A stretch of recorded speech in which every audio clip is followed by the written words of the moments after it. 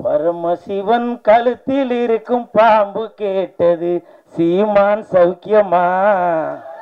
அன்னைக்கு தான் தக்கலை படம் வருது. அப்போ கமலுக்கும் விமலுக்கும் போட்டியா அப்படின்னு கேட்டேன். ஐயோ அப்படிலாம் இல்லை சார் அப்படின்னாரு. அப்போ சிம்புவுக்கும் கூல் சுரேஷுக்கும் போட்டியா அப்படின்னா, இன்று முதல் உலக நாயகன் என்றால் அது சிலம்பரசன். தம்பி யாருக்கு மேட தெரியும்ல, இது அவர் குரல் மட்டும்தான் கேட்கணும். ஓகே, மேடையில் அமர்ந்திருக்கும் அனைவருக்கும் வணக்கம். பத்திரிகை நண்பர்கள், ஊடக நண்பர்கள், இணையதள நண்பர்கள், பிஆர்ஓ நிக்கில் முருகன், மேனேஜர் முருகேசன். முருகேசா, நீ என் மகனானி எங்க இருக்கிறாய்? அனைவருக்கும் வணக்கம். மேடையில் பேசி கைத்தட்டல் வாங்கும் அளவிற்கு நான் செந்தமிழன் சீமான் இல்லை. தயவு செய்து நீங்களே ஒரு தடவை கை தட்டிருங்கப்பா. இந்த கைத்தட்டல்கள் அனைத்தும் பரமசிவன் பாத்திமா அந்த குழுவிற்கு தான் போய் சேரும். செந்தமிழன் சீமான் சார், அண்ணே வணக்கம். பரமசிவன் கழுத்தில் இருக்கும் பாம்பு கேட்டது சீமான் சௌக்கியமா. இருக்கும் இடத்தில் இருந்து கொண்டால் எல்லாம் சௌக்கியமே இசக்கி சொன்னது. அதில் இல்ல, இதில் அர்த்தம் உள்ளது. இயக்குனர் திரு இசக்கி கார்வண்ணன் அவர்களிடம் நான் கேட்டேன், சார் நம்ம படத்திற்கு இசை வெளியீட்டு விழாவுக்கு யார் சிறப்பு விருந்தினராக வருது அப்படின்னு. அப்போ இயக்குனர் சொன்னாங்க, 2 சிறப்பு விருந்தினர் வராங்க, ஒன்று சீமான், இன்னொன்று கூல் சுரேஷ் அப்படின்னு சொன்னாங்க. அந்த இடத்துல ஒரு திருத்தம். என்ன திருத்தம்னா, சிறப்பு விருந்தினர் என்றால் அது சீமான், சிரிப்பு விருந்தினர் என்றால் அது கூல் சுரேஷ். அதற்கு ஒரு காரணம் இருக்கு. என்ன காரணம்னா, சீமான் என்றால் எழுச்சி, கூல் சுரேஷ் என்றால் குளிர்ச்சி, நாம் தமிழருக்கு உண்டு வளர்ச்சி. நான் எதுக்கு சீமான் அண்ணனை இந்த இடத்துல ஏதோ ஜால்ரா போட்டு ஏதோ பெருமையா பேசுறாரு போல அப்படின்னு சில பேர் நினைக்கலாம். கமெண்ட்ல சில பேர் கூட அந்த மாதிரி கமெண்ட் பண்ணிட்டு இருக்கீங்க. அதுக்கு ஒரு உதாரணம் சொல்றேன். இந்த பரமசிவன் பாத்திமா அந்த படத்திற்கு உண்மையிலேயே தகுதியான ஒரு மனிதர் என்றால் அது செந்தமிழன் சீமான் அண்ணன் மட்டும்தான். தமிழகத்தில் மட்டுமல்ல, இந்தியாவில் மட்டுமல்ல, உலகத்தில் உள்ள யாரை எடுத்துட்டாலுமே சரி, இந்த பரமசிவன் பாத்திமா படத்திற்கு இசை வெளியீட்டு விழாவிற்கு வரக்கூடிய தகுதியான ஒரே மனிதர் அது செந்தமிழன் அண்ணன் சீமான் அவர்கள் தான். காரணம், பாத்திமா பரமசிவன், பரமசிவன் பாத்திமா, பரமசிவன் ஆண், பாத்திமா பெண். தமிழகத்தில் 234 தொகுதிகளிலுமே புரிஞ்சிருக்கும் நினைக்க தட்டுக. 234 தொகுதியிலுமே சரிசமமாக ஆண் 117, பெண் 117 கொடுத்தாங்களா? இப்ப சொல்லுங்க, பரமசிவன் பாத்திமா அந்த படத்திற்கு இசை வெளியீட்டு விழாவிற்கு ஒரே தகுதியான மனிதர் என்றால் அது செந்தமிழன் அண்ணன் சீமான் அவர்கள் தான். அதே மாதிரி படத்தின் கதாநாயகன் கமல் அவர்கள், விமல் அவர்கள் இல்ல, அந்த அந்த கமல் விமலுக்கு ஒரு காரணம் இருக்கு. விமல் அவர்கள், அவரை பத்தி சொல்றதுக்கு ஒன்றும் பெருசா ஒன்றும் இல்லை. அதுக்கு என்ன காரணம்னா, ஷூட்டிங் ஸ்பாட்ல அவர் உண்டு, அவர் வேலை உண்டுன்னு இருக்காரு. எனக்கு தெரிஞ்சு விஜய் சார் அப்படி இருப்பாரு. அதே மாதிரி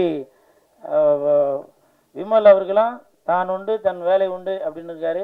கூப்பிட்டாக்க ஷாட்டுக்கு வராரு, இல்லைன்னா போய் பேசாமல் உட்காந்துறாரு. அப்படி ஒரு அற்புதமான மனிதர். நான் ஃபஸ்ட்டு அவர் கூட தான் அந்த படம் ஒர்க் பண்ணியிருக்கேன். ஸோ வாழ்த்துக்கள் விமல் சார். ஏன்னா என்னையும் இந்த மாதிரி ஆட முடியும் அப்படின்னு சொல்லி எனக்கு ஒரு ஒரு ஒரு பேர் ஒன்று கொடுத்து, அந்த பேர் வந்திருக்காங்களா? அதெல்லாம் வரவேணான்னு இருப்பீங்களா? கூல் சுரேஷ் வளர்ச்சி பிடிக்காதாப்பா? என்ன பாலா? ஆமாம் ஆமாம், சிவசிவாய. அப்புறம் இந்த படம் ஜூன் 5ஆம் தேதி தான் ரிலீஸ் ஆக போகுது அப்படின்னு சொல்லி இயக்குனர் அவர்கள் என்கிட்ட சொன்னாங்க. உடனே எனக்கு வந்து ரொம்ப கன்ஃபியூஸ் ஆகி போச்சு. ஏன்னா அன்னைக்கு தான் தக் லைஃப் படம் ரிலீஸ் ஆகுது. அப்போ நான் வந்து சார்கிட்ட கேட்டேன், சார் அன்னைக்கு தான் தக் லைஃப் படம் வருது, அப்போ கமலுக்கும் விமலுக்கும் போட்டியா அப்படின்னு கேட்டேன். ஐயோ அப்படிலாம் இல்லை சார் அப்படின்னாரு. அப்போது சிம்புவுக்கும் கூல் சுரேஷுக்கும் போட்டியா அப்படின்னா, ஐயோ அப்படிலாம் இல்லை சார் அப்படின்னாரு.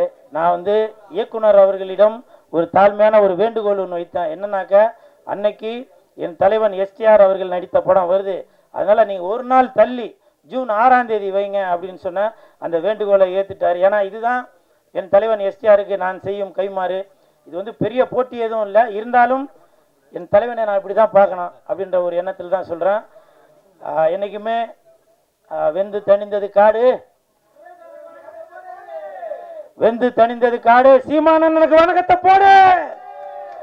அப்புறம் இன்னொரு முக்கியமான விஷயம், கமல் சார், நீங்கள் வந்து உலக நாயகனாக இருந்து விண்வெளி நாயகனாக மேலே ஒரு படி போயிட்டீங்க. அந்த உலக நாயகன் அந்த பட்டம் வந்து இப்போ வெற்றிடமாக இருக்குது. என் தலைவன் எஸ்டிஆர் அவர்களுக்கு அந்த உலக நாயகன் பட்டத்தை நீங்கள் கொடுக்கணும் அப்படின்னு சொல்லி நான் தாழ்மையுடன் கேட்டுக்கொள்கிறேன். இன்று முதல் உலக நாயகன் என்றால் அது சிலம்பரசன், விண்வெளி நாயகன் என்றால் அது கமலஹாசன். விண்வெளி நாயகன் என்றால் அது கமலஹாசன், உலக நாயகன் என்றால் அது சிலம்பரசன்.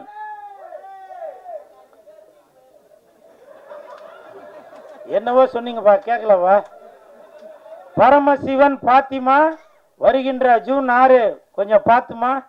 நன்றி நன்றி நன்றி நன்றி.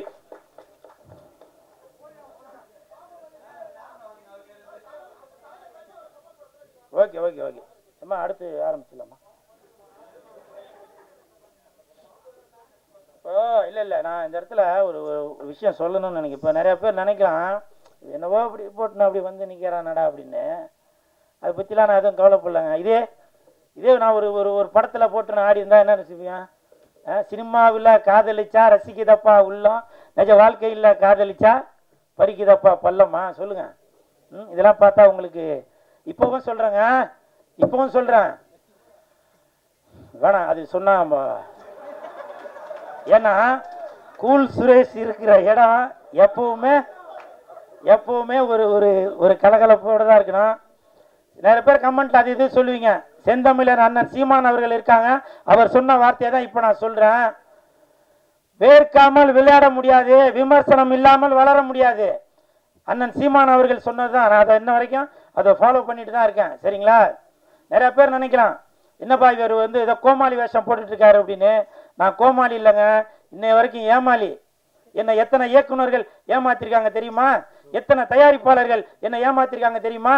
ஒரு படத்துக்கும் கதாநாயகன் கதாநாயகி அவங்க இவங்க எல்லாரையும் நடிக்க வச்சு அதை பண்ணி இதை பண்ணிட்டு வெள்ளிக்கிழமை மணிக்கு என்கிட்ட சொல்லுவாங்க, சார் நான் தெரியாம அவரை புக் பண்ணிட்டேன், தெரியாம இவங்களை புக் பண்ணிட்டேன் அப்படின்னு சில விஷயங்கள்லாம் சொல்லுவாங்க. அப்போ என்கிட்ட சொல்லுவாங்க, சார் நீங்க தான் வந்து கொஞ்சம் ஏதாவது இது பண்ணுங்க, நான் உங்களை அடுத்த படத்தில் அதை பண்றேன் இதை பண்றேன்னு. இப்பவும் சொல்றேன், நான் கோமாளி இல்லைங்க, ஏமாளி.